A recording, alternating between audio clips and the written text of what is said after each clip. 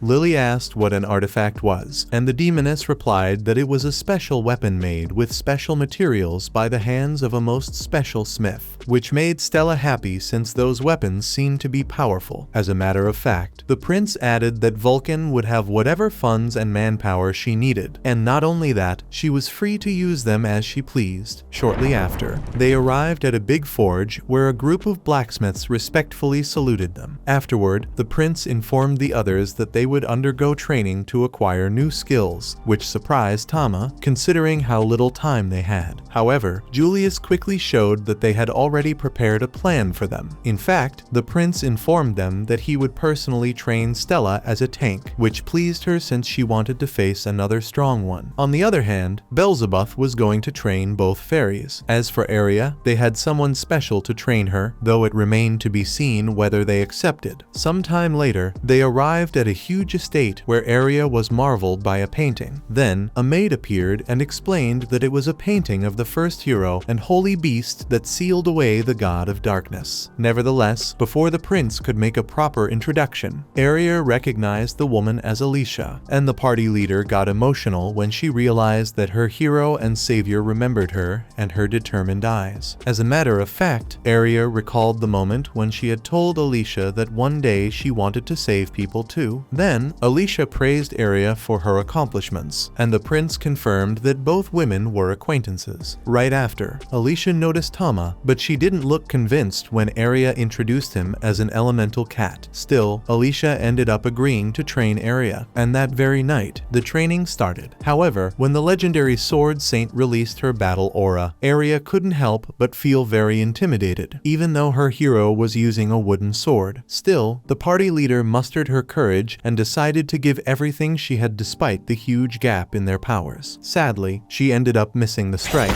but Alicia quickly informed Aria that she had passed the test before explaining that she had managed to attack her despite being frightened. In fact, many hadn't been able to take that first step she had just made. Meanwhile, at the forge, the blacksmiths, under Vulcan's supervision, were working on new artifacts. Afterward, Beelzebub decided to drink tea with the fairies, and while Fairy and Lily were eating the biscuits, the demoness couldn't help but feel amazed by the amount of mana of the fairies. Afterward, she informed them that they were going to make skills that complemented one another to give their companions a surprise, which made Fairy and Lily happy. Nevertheless, when the demoness showed them all the books they had to read, the fairies felt like crying. As for Stella, she asked Julius where was his shield, to which he replied that something like that only wore him down. Obviously, that made her get cocky, and she decided to go all out to finish the training quickly. Unfortunately for her, Julius beat her easily, even though he admitted that in terms of brute force, she outmatched him. The problem was her battle style, and he warned her that fighting like that would see her falling before her companions. Those words surprised her, especially when he added that a tank should stand until the very end, ready to defend their party. Back with Aria, Tama was amazed because the sword saint was able to read his master's movements. Then, Alicia decided to end the training for that day, and shortly after, Vulcan arrived and affectionately greeted the sword saint, which made Aria realize that both of them were very close. Still, the shocking reveal came afterward when Alicia told Aria that she was her master's wife and slave. That master was the legendary Grand Mage. She then got very spicy and recalled the day when her master had saved her from genuine despair. Immediately thereafter, she whisked away Aria while telling her that she would tell her all the details while taking a bath. As for Tama, he just couldn't believe what had happened, and Vulcan told him that Alicia never missed a chance to tell tales of love. Sometime later, Tama and the prince were taking a bath while listening to the girls who were talking in the female-only area. There, Alicia told everything about her master to the group. In fact, she revealed that she was still living with the Grand Mage. Right after, Beelzebub stepped in and explained that since they had learned of the return of the demonic four, they had traveled to the imperial capital to warn the prince, which confused Aria because that implied that the two women lived together. After noticing Aria's reaction, the demoness smiled and confirmed to her that she was also the Grand Mage's wife, which shocked Aria because Beelzebub had read her mind again. Still, that time, Alicia punished her sister too. Almost immediately, they were interrupted by Stella, who wanted to confirm if both Alicia and Beelzebub were really married to the same man, and Vulcan quickly explained that the Grand Mage was an impressive man. Nevertheless, after hearing that, Stella didn't back down and said that Tama was also a powerful man who should have many wives, before adding that all of them could be his wives along with her, if they wanted, of course, which shocked Aria. Still, the one who was shocked the most was Tama, who could hear the women's conversation from his spot. By the way, the prince could hear them too. As for Aria, she quickly said that Tama was her personal knight, but Vulcan countered her by saying that that made Aria our protagonist's first wife. Still, that didn't please Stella, who declared that she was the first wife, which led to a heated argument. Were really married to the same man. The one who was shocked the most was Tama, who could hear the women's conversation from his spot. By the way, the prince could hear them too. As for Arya, she quickly said that Tama was her personal knight. After the bath, they had dinner, and Alicia offered them a special dish her master had taught her that was called Hamburg steaks. Beelzebub then revealed that the Grand Mage's homeland was Japan from Earth. Still, Tama had no idea of where that place was, even though he guessed that the Grand Mage could be from another world. That night, Tama couldn't sleep and went outside. There, he met with Alicia, who almost immediately told him that she was aware that he was a behemoth, which astonished our protagonist, not only because she had discovered his secret, but because she was still acting friendly with him. The following day, Arya's party resumed their training, while Vulcan resumed creating artifacts along with the other blacksmiths. Then, during Stella's training, the prince discovered that the woman was ready to stand to defend those in need without contemplation, and only the strongest had such determination. That was why he advised her never to forget that. Meanwhile, Alicia told Arya that high-level skills were not acquired through effort or talent alone. The Sword Saint admitted that Arya had made a lot of progress by following her lead, but she also warned Arya that she would need to go further to derive new skills. Alicia then asked Arya what she fought for before telling her that the answer would lead the way. That night, Vulcan finished an artifact while Stella got a new skill. As for the fairies, they also got new skills, and the demoness prepared some special dishes in commemoration. However, a portal suddenly opened, and Beelzebub excused herself before leaving. In the meantime, Tama thought that while the others had learned new skills, her master hadn't still found her answer and wanted to keep practicing. Sadly, the demoness appeared at that moment and informed them that it seemed they didn't have more time. After hearing that, Alicia asked her if she had found where the demonic four had returned, which Beelzebub confirmed. Shortly after, the demoness informed the emperor that the demonic four had each returned in different locations, before adding that Cedric and the imperial army had set out for the both locations they had foreseen. Unfortunately, two more remained. The first was in the kingdom of Alfs, and the prince asked Alicia to go there, to which she agreed since that was her homeland. As for the last location, it was Labyrinthos Ruin. That shocked Arya and the others because they had just bought a house there. Still, they decided to go there and defend the place they called home. The following day, a team of adventurers was called upon to support the leads in a dungeon expedition. Howard clarified that since Captain Cedric was away fighting demons, the rest of the group would take his place. After a long time apart, the two women, Kenny and Marietta, exchanged greetings with Arya. Within the dungeon, the adventurers soon found themselves face to face with a combined horde of goblins and minotaurs. Though the creatures looked menacing, Stella couldn't help but smile with satisfaction. This was the perfect chance to put her new gear crafted from artifacts by Vulcan to the test. Arya was just as eager, so she took the initiative, charging straight into the horde and cutting down numerous monsters with astonishing speed even without relying on acceleration. Now it was Stella's turn to prove her strength. The moment she faced a minotaur, it struck her shield with immense force, but the artifact known as Calibalg absorbed the impact entirely. In response, her sword, Cleom Sole, unleashed a powerful magical beam that annihilated the minotaur. Observing closely, Tama realized that Stella had absorbed energy through her shield and channeled it into her sword. Meanwhile, Fairy cast the branch whip, ensnaring 3 enemies at once, while Lily fired a fairy bullet that pierced them all. Tama also noted that their mana levels were higher than ever, a clear sign that the group was making remarkable use of their artifacts. At that moment, Tama realized he hadn't contributed to the battle at all. Kenny applauded the team's performance, while Julius credited their success to the intense training they had undergone. Marietta complimented the craftsmanship of the team's artifact blacksmith, though Vulcan was too shy to respond. Despite the positive moment, Julius noticed noises coming from the floor below, prompting everyone to rush and investigate. Upon arriving, they discovered the area scattered with the bodies of armed monsters, and from the dungeon's shadows, red eyes glowed as a rank mutant trolls observed their enemies with an ominous gaze. Julius was in disbelief that such formidable creatures were present on such a lower level of the dungeon, and he suggested they save their energy for the impending demon battle. Howard and Kenny nodded in agreement, stepping forward to handle the fight and protect the prince, allowing the rest of the expedition group to press on deeper into the dungeon. At a certain point along their path, they sensed a sinister presence radiating from a grotesque fissure that split through a towering gate. The very air made every muscle in Tama's body feel like it was withering away. Despite this, Julius.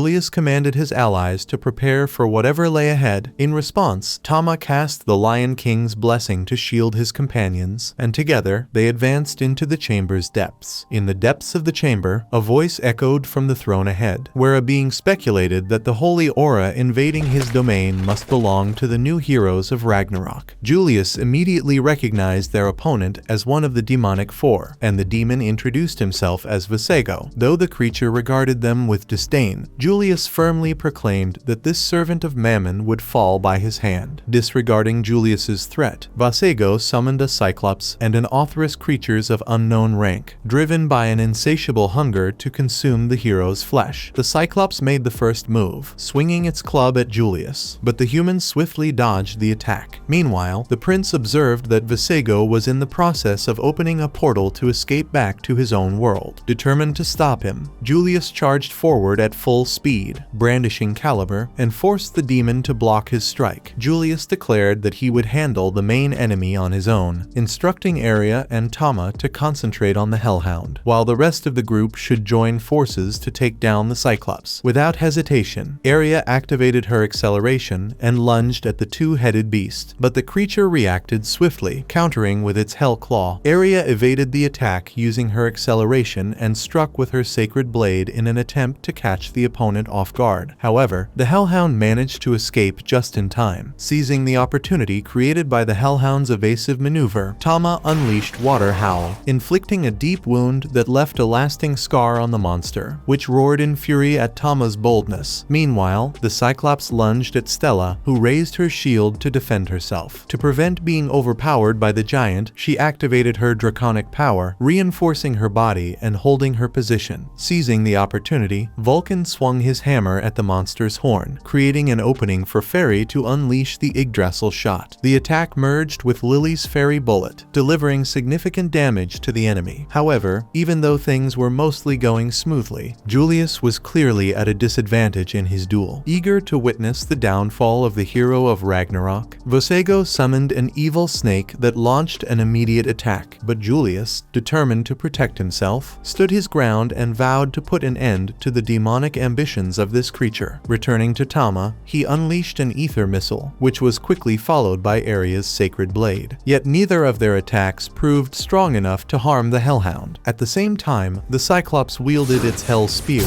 wreaking havoc on part of the battlefield and forcing the opponents into a difficult retreat. With the situation growing increasingly dire on both fronts, Tama grew anxious, fearing that Julius might be in serious trouble if they didn't reach him soon. Indeed, Julius seemed to stand little chance against one of the four demonic, and if nothing changed soon, his fate appeared sealed. After putting the human in his place, Vasego declared his departure, enhancing both the Hellhound and the Cyclops with the Demon King's blessing before vanishing through his portal. From that moment on, Tama attempted to assess just how much more dangerous these monsters had become, considering they had already been nearly unbeatable from the start, and even more so now, with Prince Julius, the group's greatest hope, seemingly out of the fight. Despair was plainly written on the face of each hero. Nevertheless, the Hellhound summons the Hell Needle, knocking Arya to the ground. Seeing his master wounded, Tama sees no choice but to evolve into his third form, drawing all eyes as he begins the mutation. Meanwhile, in the Kingdom of Alfs, Alicia continues her mission in the local dungeon until she arrives at a massive gate. Standing before it, she senses a presence that feels all too familiar. Without hesitation, she wields her swords and slices through the entrance as if it were mere paper, charging straight into the room. The moment she steps inside, Alicia instantly recognizes one of the demonic four, Rivi. Rivi recalls the moment she was slain by Alicia, but swears that this time will be different, having been granted power by King Mammon himself. Now, she can take on a dragon form, ensuring a swift end to this battle. In response, Alicia grants Rivi's final wish, severing her head in a motion so fast that it remains unseen by the human eye. Just like the demon, Alicia too has received her master's blessing. Having emerged victorious from the duel, the elf believes that as long as the difficulty remains at this level, Cedric will face no obstacles. Now, her true concern lies with Arya and the others, but with Tama by their side, all will be fine. Tama showcases his imposing presence, striking fear into the hearts of his enemies. Julius is in awe, realizing he stands before the holy beast, while Arya questions whether this creature creature is truly Tama, though Tama worried about how his master would react to his transformation. He was taken aback when others mistook him for the so-called holy beast, aware that they cannot take on this opponent alone. The Hellhound and the Cyclops acknowledge their fate, seeking forgiveness from Vasego. The Cyclops drives its own claws into its belly, surrendering to the formidable beast before it. The Hellhound follows suit, ripping off one of its own heads with a powerful bite, unleashing hellfire across the battlefield. However, Tama swiftly counters with his flame howl. The two powers clash, jostling for space, making Vulcan realize that the monster's final attack makes the ability inescapable, meaning it simply cannot miss. Seeing the Cyclops' spear of sacrifice aimed at Tama, Stella steps in front to prevent Tama from taking both projectiles alone. Vulcan warns that not even an artifact can withstand this attack, but Stella knows she alone might even try, knowing if Tama perishes, they all do. This demeanor brings to Stella's mind something Julius once said, that she instinctively protects those in need without a second thought, a trait only the strongest possess. With that in mind, Stella activates her draconic power full drive, pushing her abilities to their absolute peak. Afterward, she expresses her gratitude to Vulcan for the artifact and believes that Fairy and Lily will eventually be able to wash their own hair. As for Aria, she entrusts her with the task of looking after Tama. Thus, the spear of sacrifice is hurled against Stella, who lets Tama know that he can destroy any demon, so she will leave the rest to him. Stella lived her life alone in the depths of the labyrinth and died by Tama's hands. Later, by fate's irony, she was reborn as a human dragon and lived alongside the same elemental cat and her friends. Ultimately, Stella had a happy life. When the attack strikes her shield, it becomes evident that it won't hold. Julius calls out Stella's name in desperation, while Aria, at last, discovers the answer to Alicia's question about what she fights for. Aria realizes it now. She fights for her friends and cannot allow them to be harmed. With this resolve, she activates the Excalibur ability, obliterating the Cyclops. Simultaneously, Tama emerges victorious in his clash with the beast and delivers the final blow to the Hellhound. Following this incredible feat, everyone is deeply moved by Aria's ability to assimilate such a powerful new skill in the heat of battle. At the same time, Tama begins to feel all his mana surging through his body until he reverts to his cat form, landing in his most cherished spot of all time. Overwhelmed with emotion, Aria hugs Stella so tightly that Tama ends up squished between them, and the group arrives just in time to join the rest of the heroes in celebrating their hard-fought victory. In his own world, Vasego senses the connection with his monsters abruptly sever. To him, this is nothing short of pathetic, considering how weak their opponents were. Even so, the era of demons is fast approaching, so he sees no harm in letting the humans savor their final moments of existence. Back in the kingdom, the king receives news that Alicia has defeated Rive. However, Belzebuth's vision reveals that Vasego is amassing his forces to launch an attack on Lumine's village. While Aria falls into despair, Alicia is confident that her companion understands exactly why this place has been chosen as a target. Without hesitation, Aria speculates that it could be due to the Philosopher's Stone, an artifact containing an immense amount of mana enough to facilitate the resurrection of the Demon King. Given the circumstances, Julius declares that protecting the stone must be their top priority. With that, he calls for volunteers to take on this mission. Unsurprisingly, Aria is the first to step forward, determined to defend her homeland. Fairy and Lily soon follow, ready to join the fight, with Stella and Vulcan also pledging their support. Finally, Tama contemplates the gravity of the situation. This battle will decide the fate of the world, and above all else, he must protect his master. Seeing everyone's determination to fight, Aria glances around with excitement, while Alicia acknowledges that she has succeeded in bringing together loyal and dependable allies. With that, the group readies themselves to set out for Lumine's village.